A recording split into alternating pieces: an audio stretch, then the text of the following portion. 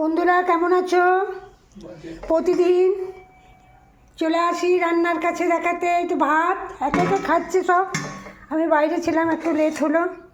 এটা লাউ পোস্ত, কে কে ভালোবাসো লাউ পোস্ত জানাবে। আমার খুব ভালো লাগে লাউ পোস্ত, পাপু খায় না। আর এটা রসুন দিয়ে ডাল করেছে, রসুন,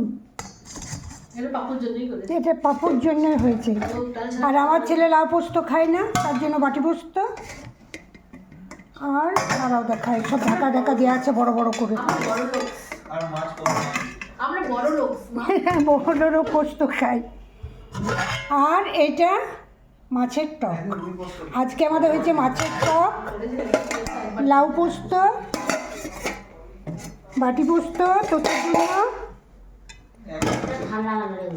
রসুন দিয়ে ডাল, আর একটু আলু ভাজা আজকের রান্না। সবাইকে অনেক ভালোবাসা, অনেক শুভেচ্ছা। ভিডিও কেমন হলো জানাবে। সবারই শুভকামনা রইল, সবার জন্য অনেক ভালোবাসা।